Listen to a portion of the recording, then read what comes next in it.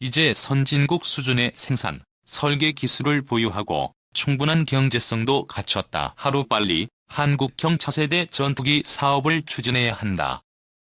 하성룡 한국항공우주산업 사장은 지난 9일 경남 사천 본사에서 기자간담회를 열고 10년 넘게 주춤하고 있는 KF-X 사업을 강력히 추진해달라고 정부에 요청했다. KF-X 사업은 노후화된 F4와 F5, 10년 후 퇴역을 시작할 F-16 전투기를 대체할 수 있는 F-16 알파 프리미엄급 전투기를 개발하는 사업이다. 연구, 개발 비용 6조 원, 양산 비용 16조에서 17조 원 등 총 20조 원 이상이 들어가는 대형 프로젝트다. 이 사업은 지난 1999년 항공우주산업개발정책심의위에서 처음으로 논의된 이후 2011년 기술을 점검하고 기본 설계를 하는 탐색 개발에 들어갔다. 그러나 아직까지 사업 타당성만 검토하는 등 좀처럼 체계 개발에 나서지 못하고 있다. 하 사장은 우리나라의 항공기술은 스텔스 등 일부 최첨단 기술을 제외하고 생산 및 설계 기술에 있어 선진국과 거의 동등한 위치에 올랐다며 충분히 우리 손으로 차세대 전투기를 개발할 수 있는 만큼 올해 정부가 예산을 책정해 적기에 KF-X 사업에 나서야 한다고 강조했다. 그는 특히 세계에서 F-16 같은 미들급 기종이 3,000대가량 운용되고 있지만 아직 새 기종을 개발하는 국가는 없다며 우리나라가 먼저 개발하면 2020년 초중반쯤 교체 수요가 일어나는 시점에 틈새 시장을 공략할 수 있을 것이라고 말했다. 하 사장은 향후 전투기 개발을 완료했을 때의 경제성도 긍정적으로 전망했다. 그는 2020년 국내 교체 수요만 250에서 300대에 이르는 데다 인도네시아와 터키 등과 국제 공동 개발에 나설 경우 생기는 수요까지 감안하면 잠재 수요 물량은 총 500대 이상에 이른다고 자신했다. 하 사장은 이와 함께 미 공군 훈련기 교체 사업에도 적극 나서겠다는 의지를 보였다. 그는 TX 사업은 350에서 400대 규모로 역대 최다라며 프로젝트에 참여하게 되면 세계 3,000대 이상인 고등훈련기의 3분의 1이 T-50으로 바뀌는 등 파급 효과가 상당해 정부 차원의 지원이 필요하다고 말했다. 아울러 하 사장은 최근 매각 이슈와 관련해 대한항공에 매각되는 것에 대해 회의적인 입장을 드러냈다. 하 사장은 카이 매각은 단기간 내 이루어지기 어려울 것이라며 기술, 인력, 마케팅 등을 활용해 카이를 성장시킬 수 있는 역량을 갖춘 기업이 인수하는 것이 중요하다고 말했다. 이어 이 세 가지 조건을 갖춘 기업은 국내엔 삼성그룹과 현대차그룹밖에 없다고 덧붙였다. 반면 대한항공에 대해서는 개발 인력이 부족한 데다 부채 비율은 800% 정도에 재무관리력정까지 맺어 자금이 부족할 것이라며 해외에서 오는 손님은 반겨도 마케팅 조직은 갖추지 않은 것으로 안다고 전했다. 2. 밀덕 최대 떡밥 KF-X 사업 3. 위대한 도박 그리고 변수 4. 전투기의 개발과 판매에 대해서 몇 가지 말해둘 게 있다. 첫째, 시험 비행기가 완성되더라도 당장 전력화가 되는 건 아니다. 보통 시험용으로 제작된 전투기들은 몇 년간 각종 시험을 진행한다. 평균적으로 시험 기체가 만들어지고 나서 프로그램이 정말 아무 탈 없이 진행된다면 10년 안에 양산기체 7기가 나와 인도된다. KF-X도 2018년에 기본 설계 마치고 상세 설계 들어가고 초기 기체 비행 시험을 마치면 2026년 정도가 될 거다. 그렇다고 일정이 다 끝나는 게 아니다. 아마 추가 무장 시험도 따로 진행해야 할 거다. 정말 낙관적으로 봤을 때다. 2021년 4월에 시제기가 출고된다면 초기에는 지상시험을 계속할 것이고 초도비행은 2022년 7월 정도가 된다. 이 정도면 상당히 순조로운 거다. 그리고 미친 듯이 시험 비행을 할 거다.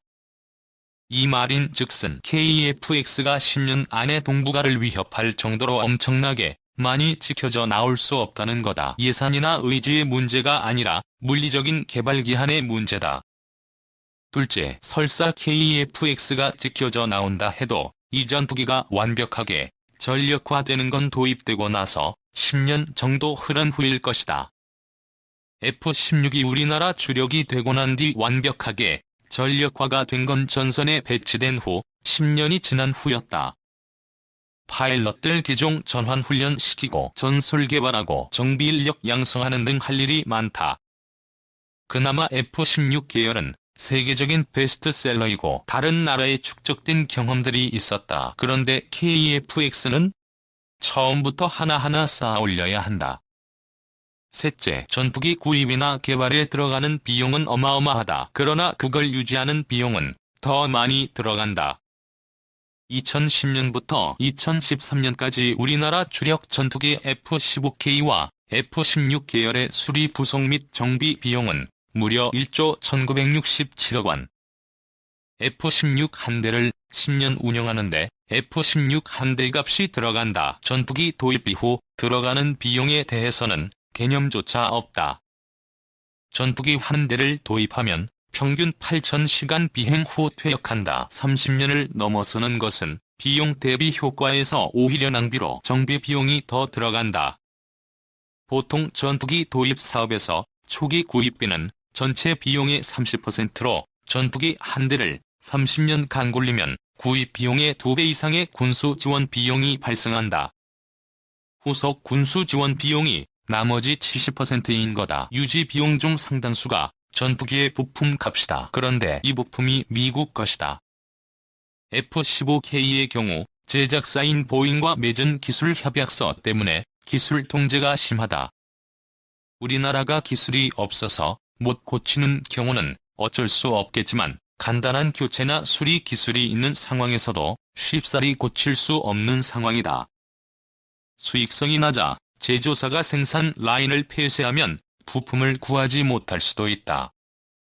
그러면 아예 다른 장비를 장착하는 개량 사업이나 다른 기체에 해당 부품으로 교체해 운용하는 동류전환에 들어간다. 비행 자체에 영향을 끼치는 부품이 아니라 레이더 경보 수신기 레이더 워닝 리시버 RWR 적군의 레이더 전파를 수신하여 자신이 탐지되고 있음을 알리는 장치처럼 전시에 필요한 장비가 고장난 경우도 있다. 100% 성능은 발휘하지 못하지만 평시 후방 훈련에는 쓸 수 있는 불완전 가동 항공기라면 그대로 띄운다. 부품을 구하더라도 바가지를 쓰는 경우도 많다. 별거 아닌 수리를 위해 미국으로 건너갔더니 부품값만 사기 당하고 간단하게 고친 뒤에 돌아왔다는 이야기는 전설처럼 이러저러한 기체에 달려있다. 넷째, 전투기를 만들 수 있는 나라는 전 세계에 극히 적다. 서구권에서도 미국과 유럽이 나눠지고 유럽은 다시 복잡한 정치적, 경제적 논리에 따라 메이커가 몇 개로 나눠진다. 미국의 경우에는 대표적으로 보잉과 록히드 마틴이 있고 프랑스에는 다소와 에어버스가 있다. 독자 방위를 외치는 스웨덴은 사부가 그리펜을 생산한다. 한국은 한국 항공우주산업에서 T-50을 베이스로 한 각종 항공기들을 생산해낸다. 복잡하게만 보이는 항공기들의 족보도 하나만 살펴보면 의외로 쉽게 정리할 수 있다. 바로 엔진이다. 전 세계 민간 군용 항공기 엔진 시장을 3분하는 거대 메이커는 제너럴 일렉트릭, 롤스로이스, 프렛 앤 휘튼이다. 서방 군용기 메이커 숫자가 몇 개든 탑재된 엔진은 이 세 개의 메이커 중 하나의 엔진 둘 또는 그 이상을 사용한다. 각 메이커는 기종에 따라 엔진이 상호 호환된다. 그만큼 항공기 엔진, 특히 제트 엔진 생산에는 엄청난 기술력이 투입된다. 당장 신뢰할 수 있는 제트 전투기의 엔진을 만들 수 있는 국가를 손꼽으라면 4에서 5개국이 안 된다. 미국과 영국이 서방 세계는 꽉 잡고 있다. 프랑스에 스네크마가 있지만 이들은 자국산 라팔, 미라지 엔진을 만드는 정도에서 멈춰 있다. 러시아 엔진은 전통적으로 나쁜 연비와 불완전 연소, 짧은 수명 주기에 의해 신뢰성의 의문을 제기하는 경우가 많고 그 엔진을 데드카피한 중국제 엔진은 성능에 근본적인 의문이 제기된다. KF-X의 F-414 계열 엔진을 수입해서 다는 것에 대해서 너무 뭐라 하지 않았으면 좋겠다. 다섯째, 우리나라 군대는 한국 공군의 적정 전투기 보유대 수를 430대 정도로 생각하고 있다.